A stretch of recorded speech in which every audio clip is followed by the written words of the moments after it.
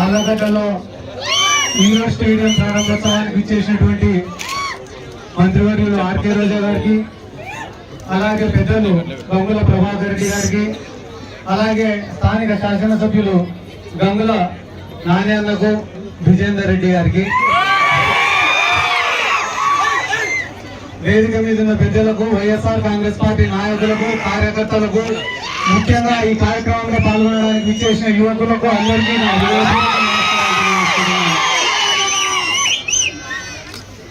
నేను చాలా మంది రాజకీయ నాయకులతో తిరుగుతుంటా, రాష్ట్రం అంతా ఎన్నో నియోజకవర్గాలు తిరుగుతుంటా, కానీ గంగుల కుటుంబం అంటే నాకు ప్రత్యేక గౌరవం,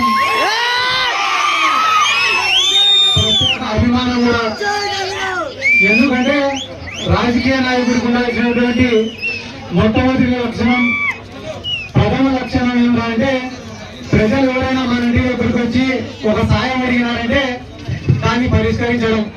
ఎంతో మంది రాజకీయ నాయకుల దగ్గర ఒక ఫైల్ కట్టుకొని పోతే ఏదైనా చూస్తారు, టీఆర్లకు ఇస్తారు, చేస్తాం లేదంటారు.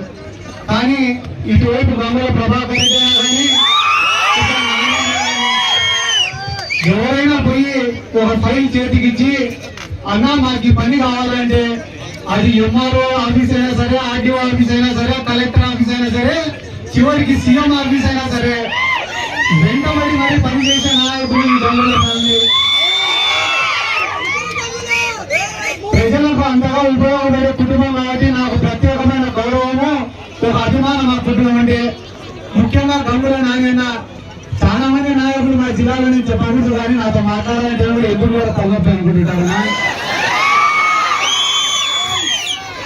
ఏమో ఏకంబాబు ఎటగర్చుకుంటారు అని చెప్పి చాలా మటుకు దూరంగా ఉంటారు. కానీ అటువంటి సమయంలో కూడా గంగుల నాని ఎక్కడ ఉన్నా కూడా ప్రేమగా పలకరిస్తాడు. ఏదైనా కార్యక్రమాలు, వాళ్ళ ఇంట్లో ఫంక్షన్ కానీ ఏదైనా అందరినీ పిలుచుకొని ఉండే కార్యక్రమం ఏదైనా సరే ఖచ్చితంగా నాకు ఆహ్వానం పంపిస్తాడు. ఇన్ని రోజులు ఇంత నియోజకవర్గాలు తిరిగినా కూడా ఎక్కడా దొరకని ప్రేమ నాకు గంగుల నాని దగ్గర దొరుకుతాడు. ఈ ఇండోర్ స్టేడియం కోసం కూడా నాకు నిద్రలేని రాత్రులు చూపించాడు ఆయన. రాత్రి 10 గంటలకు 11 గంటలకు ఏం సిద్ధార్థ అయితేనే కాదు మా పని అంటే అన్న, కనీసం పట్టాలంటేనే 2-3 నెలలు పెట్టాలి, ఓపిక పట్టాలంటే అన్ని శాంక్షన్ చేపించి మరి కంప్లీట్ చేసినాడు. ఇది ఒక్క విషయం అనే కాదన్న, ఒక ఇండోర్ స్టేడియం విషయం అనే కాదు, రైతుల విషయంలో కానీ, కేసీ కెనాల్కు నీళ్లు వదలాలనే విషయంలో కానీ, రైతులకు పంట నష్టం వస్తే కానీ నష్టపరిహారం ఇప్పించాలని కానీ, విద్యార్థులకు సంబంధించిన అంశాలు కానీ, చివరికి టీచర్ల ట్రాన్స్ఫర్లు జరగాలంటే ఒక రాజకీయ నాయకుడికి మహా అంటే 5-10 ట్రాన్స్ఫర్లు చేయించుకునేవారు. కానీ వీళ్ళు మాత్రమే ఒక 50-100 చేయించుకున్నారు. అంటే ఇవన్నీ నేను ఏదో వాళ్ళని పొగడాలని చెప్పడం లే, నా కళ్ళతో నేను చూసిన సంఘటనలు మాత్రమే చెప్తున్నా. ఇంకొక విషయానికి వస్తే, ఈ రోజు నేను ఒక యువకుడిని, నా వయసు చాలా తక్కువ అయినా ఈరోజు ఒక ఆళ్లగడ్డకు పోయినా, నంద్యాలకు పోయినా, చివరికి శ్రీకాకుళానికి పోయినా కూడా బైరెడ్డి సిద్ధార్థ రెడ్డిని గుర్తుపట్టి అభిమానిస్తానంటే దానికి కారణం మా నాయకుడు, మన నాయకుడు వైఎస్ జగన్మోహన్ రెడ్డి గారు. ఎలక్షన్లకు కేవలం 2 నెలలు ఉన్నాయి, కేవలం 2 months.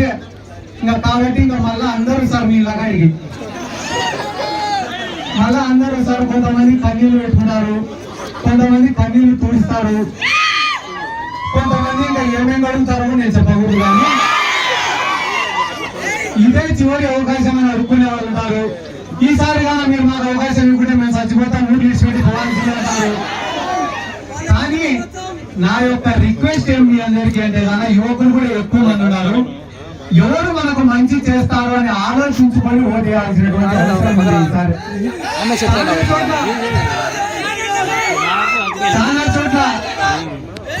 చాలా చోట్ల వైఎస్ఆర్ కాంగ్రెస్ పార్టీని ఈ మధ్య విమర్శించే వాళ్ళని కూడా నేను చూస్తున్నా.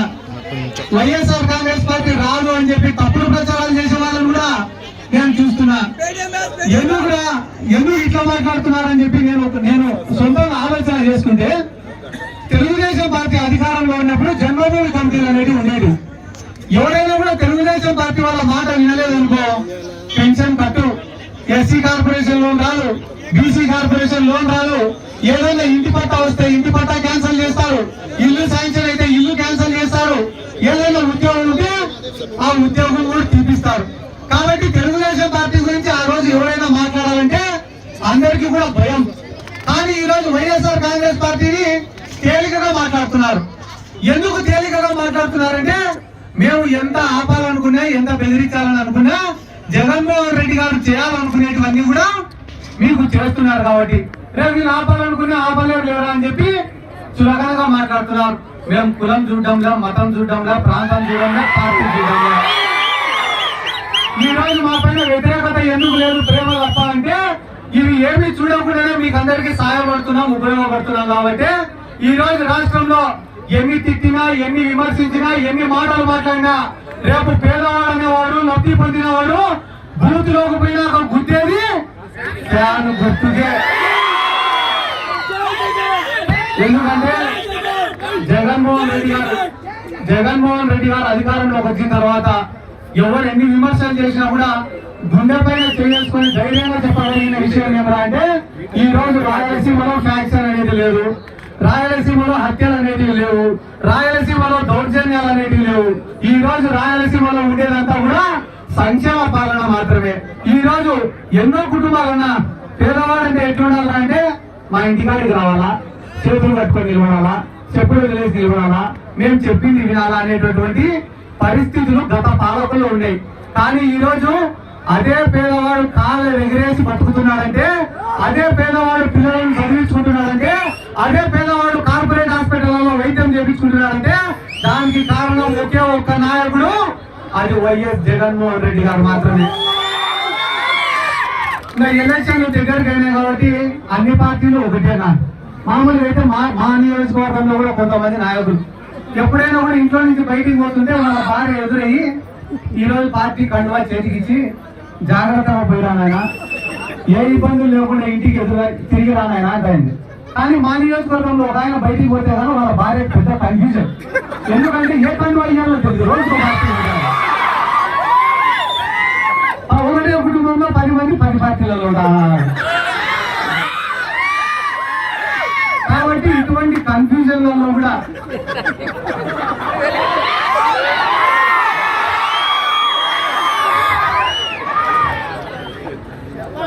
కాబట్టి నేను ఏం కోరుకునేదంటే కదా, జగన్మోహన్ రెడ్డి గారికి మీడియా వల్ల సపోర్ట్ లేదు. జగన్మోహన్ రెడ్డి గారికి మోడీనో కాంగ్రెస్ పార్టీనో ఇంకొకరినో అడుక్కోవాల్సిన అవసరం లేదు. సినిమా వాళ్ళని తెచ్చి క్యాంపెయినింగ్ చేయించుకోవాల్సిన అవసరం లేదు. మన బండికి మనమే ఓనరు, మనమే డ్రైవరు. మన పార్టీకి పబ్లిసిటీ చేయాలన్నా, మన పార్టీ కోసం పనిచేయాలన్నా అన్ని కూడా మనల్ని స్థాయిలో నిలబెట్టింది కూడా ఒకటే ఒక్క బ్రాండ్, అది వైఎస్ జగన్మోహన్ రెడ్డి గారు.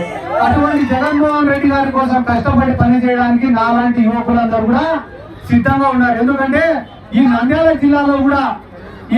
జిల్లాలో ఉండే తెలుగుదేశం పార్టీ వాళ్ళ గురించి కూడా పెద్దగా ఆలోచించాల్సినటువంటి అవసరం లేదు. ఎందుకంటే ఈ నంద్యాల జిల్లాలో ఉండే మెజారిటీ తెలుగుదేశం పార్టీ నాయకులకు, అంటే 80% మంది తెలుగుదేశం పార్టీ నాయకులకు పొలిటికల్ గా లైఫ్ ఇచ్చింది ఒకటి వైఎస్ రాజశేఖర రెడ్డి గారు, రెండోది వైఎస్ జగన్మోహన్ రెడ్డి గారు. ఎక్కడెక్కడ ఉండే వాళ్ళకందరికీ కూడా తీసుకొని వచ్చి ఆయన ఎమ్మెల్యేలను చేసినాడు, మంత్రులను చేసినాడు, పెద్ద పెద్ద స్థాయిలో కూర్చోబెట్టినాడు. కాబట్టి అటువంటి వాళ్ళు కూడా మా నియోజకవర్గం జోలికి వస్తే జీవిత ఖైదు అంటే లైఫ్ అనుభవించి, మర్డర్ కేసులో లైఫ్ అనుభవించిన వాళ్లకు కూడా క్షమాభిక్ష పెట్టి మళ్ళీ రాజకీయ జీవితం ప్రసాదించింది కూడా వైఎస్ రాజశేఖర రెడ్డి గారు, వైఎస్ కుటుంబం. కాబట్టి రానున్న రోజులలో నేను డైలాగ్ చెప్పినట్టు నన్ను సినిమాలో ఇప్పటికే చాలా మంది రాజకీయాలలో లేకుండా పంపించాలన్నారు.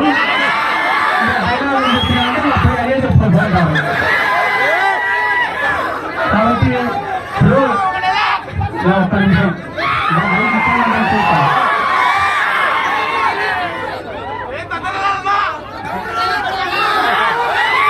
ఒక్క నిమిషం ఏమంటే ఆడదాం ఆంధ్ర అనే కార్యక్రమం కూడా దాదాపుగా 120 కోట్లు ఖర్చు పెట్టి ఆడదాం ఆంధ్ర అనే కార్యక్రమం కూడా చేయడం జరిగింది. జగన్మోహన్ రెడ్డి గారు ముఖ్యమంత్రి అయిన తర్వాత ఎవరినైనా ఆలోచించుకోమని చెప్పండి, రాజకీయ నాయకుడు అనేవాడు ఎట్లుంటాడు అంటే కేవలం ఎలక్షన్ల ముందరనే ప్రజల్లోకి వస్తాడు, ఎలక్షన్లు అయిపోయిన తర్వాత కనపడడు అనే ఒక అపోహ ఉండేది, ప్రజలకు అందరికి కూడా ఒక అభిప్రాయం ఉండేది. కానీ జగన్మోహన్ రెడ్డి గారు ముఖ్యమంత్రి అయిన తర్వాత గడప గడప మన ప్రభుత్వం అని చెప్పి ప్రజల్లోనే, జగనన్న సురక్ష అని చెప్పి ప్రజల్లోనే, జగనన్న ఆరోగ్య సురక్ష అని చెప్పి ప్రజల్లోనే, వై ఏపీ నీట్ జగన్ అని చెప్పి ప్రజల్లోనే, జగనన్నే మా భవిష్యత్తు అని చెప్పి ప్రజల్లోనే, ఇప్పుడు ఆడదాం ఆంధ్ర అని చెప్పి ప్రజల్లోనే, రేపు మేనిఫెస్టో తీసుకొని మళ్ళీ ప్రజల్లోనే. 24 గంటలు ఆఫీస్ లో అన్నా ఉండాలా లేదా ప్రజల్లోనే ఉండాలా, లేకుంటే కానీ ఏం టికెట్ ఉండదు. ఏముంది లేదు జగన్మోహన్ రెడ్డి చూడటం లేదంటే ఏం లేదు, కడుగు చేసుకొని పడుకోవాలి. ఏం అంటే అంటే మళ్ళా ఒక్కొక్కరి పైన ఒకరనుకుంటారు 10 సర్వేలు పెట్టారు మా సార్, ఏం పట్టించుకోవడం లేదు అనుకుంటే పాపం ఇప్పటికే చాలా మంది ట్రాన్స్ఫర్ అయినారు. కాబట్టి జగన్మోహన్ రెడ్డి గారు అంత ఖచ్చితంగా ఉన్నాడు. ఆయన చెప్పిన మాట అంతా ఒక్కటే, మాకందరికీ చెప్పిన మాట అంతా ఒకటే. అధికారంలోకి వచ్చిన మొదటి రోజు నుంచి నేను పనులు చేసిన, సంక్షేమ పథకాలు అనేటివి అమలు చేసిన, ఓట్లు అనేటివి నేను కట్టగట్టి పెట్టిన. మీరు చేయాల్సిన పని అంతా నేను కట్టగట్టి పెట్టిన ఓట్లను బూతులోకి తీసుకొని ఏపీయండి, అంటే ప్రజలకు మనం చేసిన పనులు ఏంటి అనేటివి వివరించి చెప్పండి అంటున్నాడు. ఇంకొక 10 రోజులే అన్న, 10 రోజులు అయిపోయిన తర్వాత జగన్మోహన్ రెడ్డి గారు మేనిఫెస్టో ప్రవేశపెడతాడు. ఆ మేనిఫెస్టోలో రైతు రుణమాఫీ పెట్టాడా, లేకుంటే అమ్మఒడి ఇద్దరికి ఇస్తా అని చెప్తాడా, ఇంకా ఎంతమంది ఉంటే అంతమందికి పెన్షన్ ఇస్తా అని చెప్తాడా, లేకుంటే కానీ రైతు పెట్టుబడి కింద 20,000 రూపాయలు ఇస్తా అని చెప్తాడా, ఏం చెప్తాడో, సిలిండర్ల పైన సబ్సిడీ ఇస్తా అంటాడా, లేకుంటే కానీ ఉచితంగా సిలిండర్లు ఇస్తా అని చెప్తాడా, లేకుంటే కానీ అందరూ బస్సులు ఉంటే ఇబ్బంది కానీ ఇట్లా ఏం చెప్తాడనేది తెలియదు. కానీ ఒక మంచి మేనిఫెస్టోతో ఇంకో 10 రోజుల్లో మనం ముందుకు రాబోతున్నాడు. ఒక పక్కన జగన్మోహన్ రెడ్డి గారు చెప్పిన మేనిఫెస్టో, ఒక పక్కన చంద్రబాబు నాయుడు గారు మేనిఫెస్టో, రెండు ముందు పెడితే కదా అది ఆమె చిన్న పిల్లోని ఎత్తుకొని చూడు,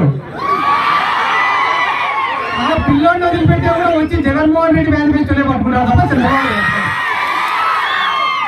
ఎందుకంటే జగన్మోహన్ రెడ్డి గారు అంత నమ్మకాన్ని నిరూపించుకున్నాడు, సాధించుకున్నాడు ప్రజల్లో. చంద్రబాబు నాయుడు గురించి ఎవరు నేను చెప్పాను, ఎవరు చెప్పినా ఆయన 3 మాటలు మాట్లాడితే 2 అబద్ధాలు వస్తున్నా, 3 మాట్లాడితే 2 అబద్ధాలు వస్తున్నా.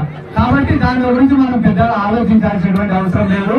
రానున్న రోజుల్లో మళ్ళా జగన్ గారు మాకందరికీ చెప్పిన మాటనే, విజయానికి షార్ట్ కట్లు అనేవి ఉండవు, విజయానికి షార్ట్ కట్లు అనేవి ఉండవు, కష్టపడితేనే విజయం సాధిస్తాం. కాబట్టి ఇక్కడ ఉన్న ప్రజలకు, యువకులకు కూడా నా యొక్క విజ్ఞప్తి ఏమరా అంటే, గంగుల కుటుంబం, ప్రభాకర్ రెడ్డి అన్న గారు పెద్దవాళ్ళు కానీ, నాన్న కానీ, ఇటువంటి మంచి వ్యక్తులకు ఎల్లప్పుడూ మీలాంటి వాళ్ళ ఆశీర్వాదం ఉండాలా, అభిమానం ఉండాలని చెప్పి ఈ సందర్భంగా నేను తెలియజేసుకుంటూ నాకు అవకాశం ఇచ్చినందుకు